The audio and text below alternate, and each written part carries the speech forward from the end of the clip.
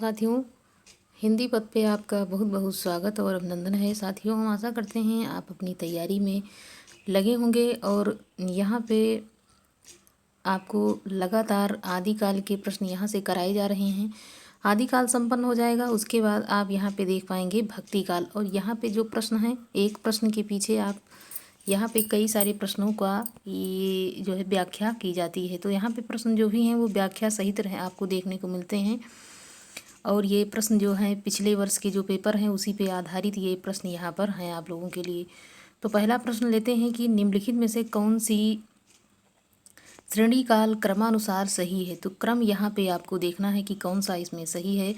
तो यहाँ पे जो आपका आंसर है बीसल देव रासो, पृथ्वीराज रासो, हमीर रासो, खुमान रासो, ये तीनों जो सीरियल यहाँ पे आप देख पा रहे हैं ये यहाँ पे बिल्कुल ही सही है। सबसे पहले यहाँ पे बीसल देव आता है, उसके बाद पृथ्वीराज रासो, फिर हमीर रासो, फिर यहाँ पे खुमान रासो। तो यहाँ पे आपका आंसर ए हो जाएगा।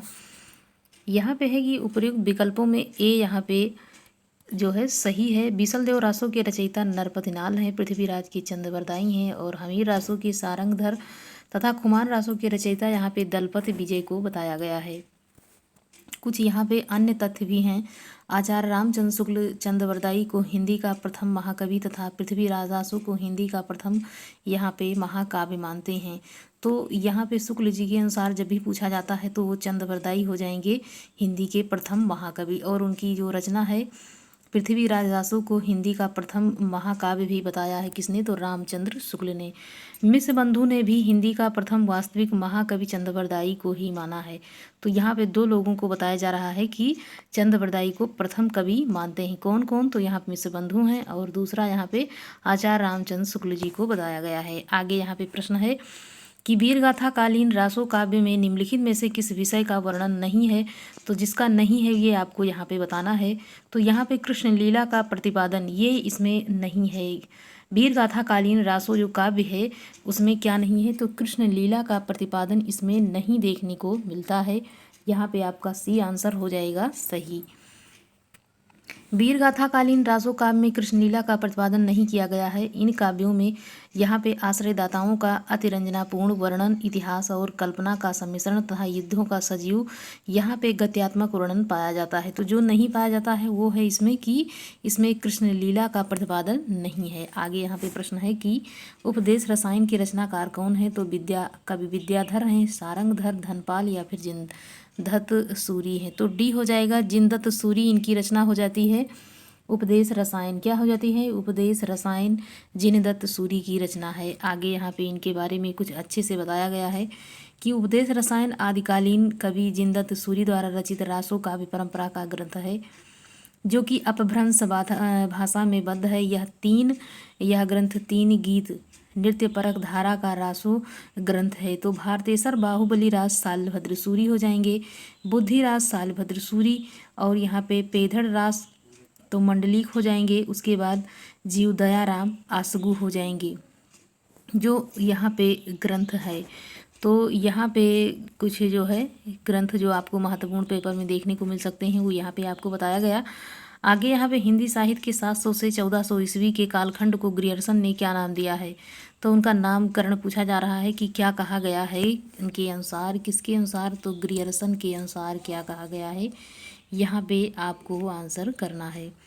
तो उन्होंने जो कहा है वो यहाँ पे हो जाएगा चारण काल। लगभग सब लोगों को ये पता है, आसान सा क्वेश्चन है आप लोगों के लिए।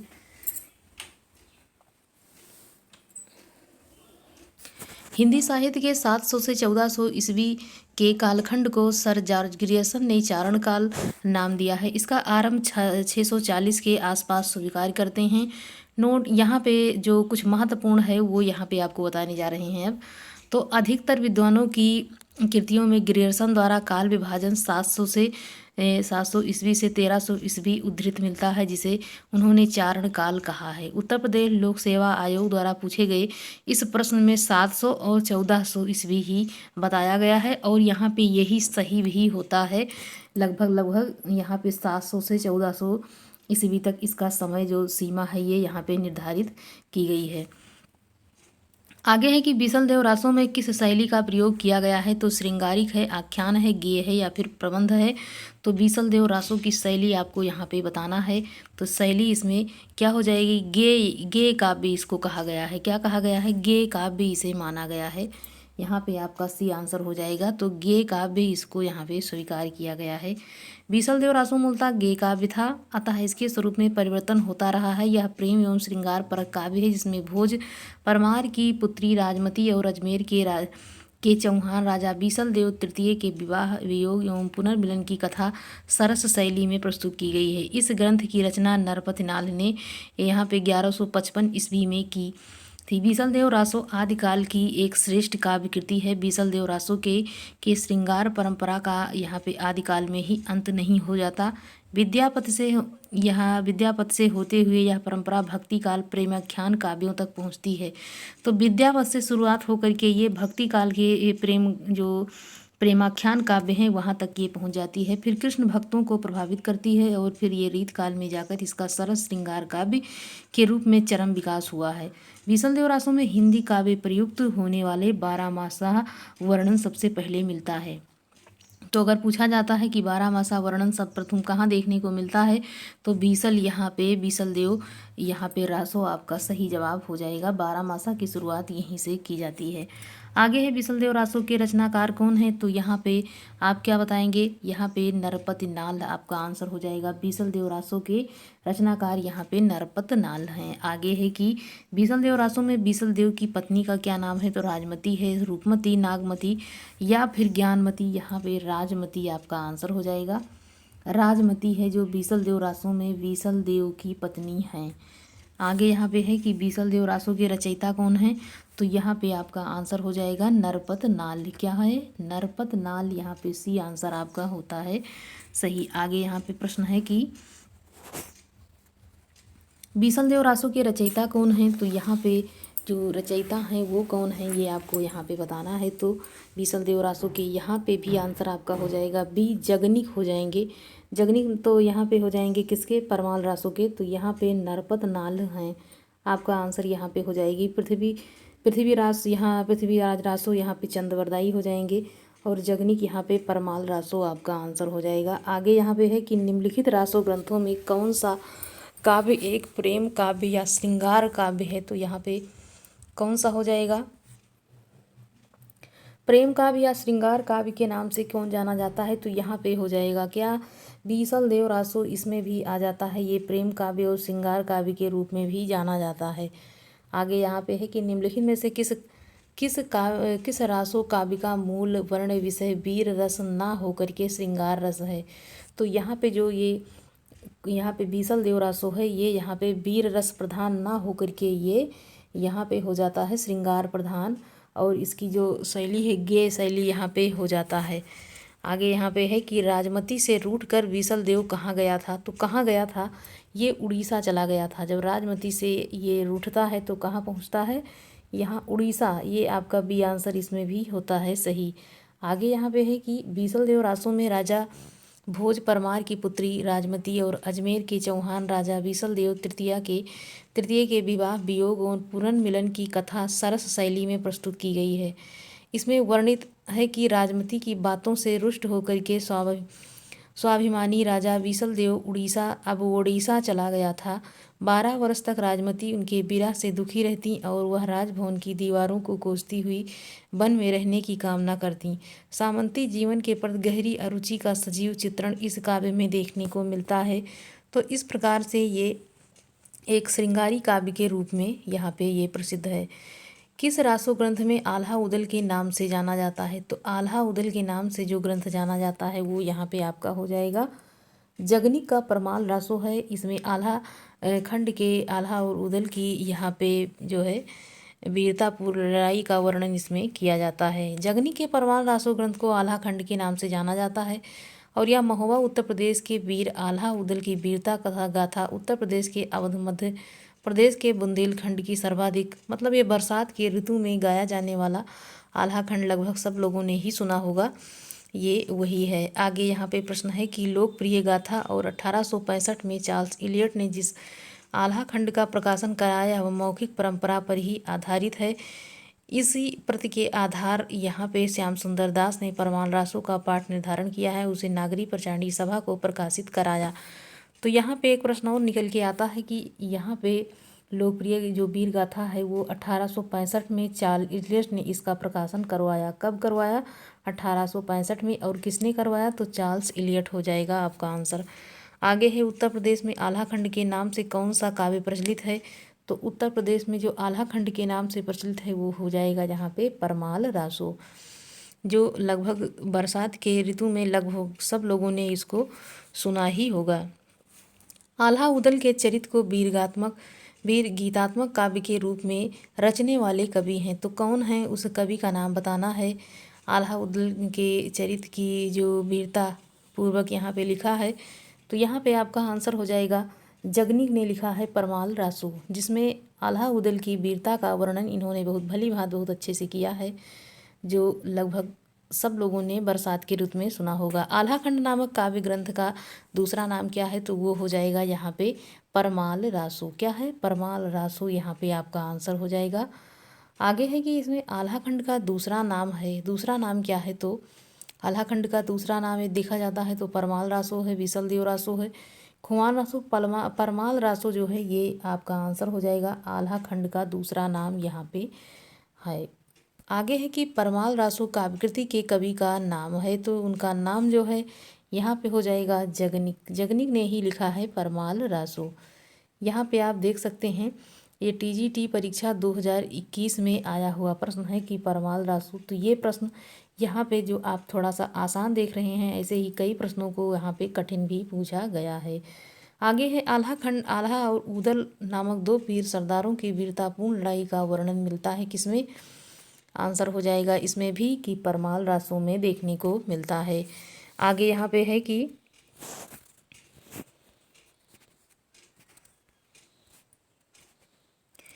कवि जगनीक की रचना का नाम है, तो जगनीक की रचना का नाम है खुमान रासो है, मृगावती है, आल्हा खंड है, पद्मावती है। तो कवि जगनीक की जो रचना है वो इसमें कौन सी? आल्हा खंड हो जाता है। सी आंसर आपका यहाँ पे। आगे ही परमाल रासो के लेखक कौन हैं? चंद्रवरदाई हैं, जगनीक हैं या फिर नरपतनाल हैं? तो जगनीक हो जाएंगे यहाँ पे परमाल रासो। परमाल रासो के रचनाकार जगनीक हैं यहाँ पे। आल्हा और उदल किस राजा के सामंत थे? तो उस राजा का नाम बताना है जिसके ये सामंत थे। तो यहाँ पे ये किसके थे? ये परमाल के थे, इसलिए इस जो है इसका नाम ही रख दिया गया है परमाल रासो। आगे यहाँ पे है आल्हा और उदल राजा परमाल के दरबार के सामंत थे जिनकी वीरता का वर्णन जगनीक ने परमाल रासो में किया है। तो ये तो पूछा जाता है कि परमाल रासो में किसके वीरता का वर्णन किया गया है? तो आल्हा और उदल का। किसने किया है? तो जगनीक ने किया है। कौन से ग्रंथ का नाम है, मतलब उनकी ग्रंथ का क्या नाम है? तो यहाँ पे परमाल रासो आपको बताना रहेगा। आगे यहाँ पे है यहाँ पे ये आल्हा खंड से पूछी गई ये पंक्ति हो गई कि 12 बरस लो कूकर जीवे और 13 ले जिए सियार, बरस 18 क्षत्रिय जीवे आगे जीवन को धिक्कार। तो ये पंक्ति काफ़ी प्रसिद्ध है आल्हा खंड की, यहाँ से ये पूछ लिया गया है, कई बार एग्जाम में आ चुकी है ये पंक्ति। यहाँ पे भी आपका आंसर हो जाएगा क्या? यहाँ पे डी हो जाएगा। जानी मानी पंक्ति है कि 12 बरस लो कूकर जीवे और 13 ले जिए सियार, बरस 18 क्षत्रिय जीवे आगे जीवन को धिक्कार। तो ये पंक्ति है, इसी प्रकार से ये आल्हा खंड गाया जाता है बरसात की ऋतु में। आगे यहाँ पे है कि उपयुक्त पंक्ति जो है ये बताई गई है किससे है? तो ये परमाल रासो से ये पंक्ति है। और इस काव्य में भरमार है किसकी? अत्यंत ये वीरता उसमें प्रदर्शित की गई है दोनों की, आल्हा और उदल की। वीर गाथा काल के प्रसिद्ध प्रबंध काव्य का नाम बताना है, तो प्रबंध काव्य यहाँ पे हो जाएगा क्या? पृथ्वीराज रासो। ये थोड़ा प्रश्न हटके है कि वीर गाथा काल के प्रसिद्ध प्रबंध काव्य का नाम, तो यहाँ पे पृथ्वीराज रासो आपका आंसर हो जाएगा। आगे है इसमें कि वीर गाथा काल का प्रसिद्ध प्रबंध काव्य पृथ्वीराज रासो है, जिसे आचार्य रामचंद्र शुक्ल ने हिंदी का प्रथम महाकाव्य तथा उसके रचयिता चंद्रवरदाई को हिंदी का प्रथम कवि माना है। इस प्रकार से अलग अलग कवियों ने अपना प्रथम कवि, जैसे यहाँ पे राहुल शंकरदयाल ने पहला कवि मतलब प्रथम कवि किसे मानते हैं? तो वो सरहपा को मानते हैं। इस प्रकार से यहाँ पे शिव सिंह सेंगर ने यहाँ पे पुष्पदंत को माना है। तो इसी प्रकार से हर कवि यहाँ पे अलग अलग, तो यहाँ पे आचार्य शुक्ल ने किसे माना है? चंद्रवरदायी को माना है। पृथ्वीराज रासो के 4 संस्करण प्रसिद्ध हैं। सबसे बड़े संस्करण का प्रकाशन नागरी पचाड़ी सभा काशी से हुआ है। इसकी हस्तलिखियाँ प्रतियाँ उदयपुर के संग्रहालय में सुरक्षित हैं।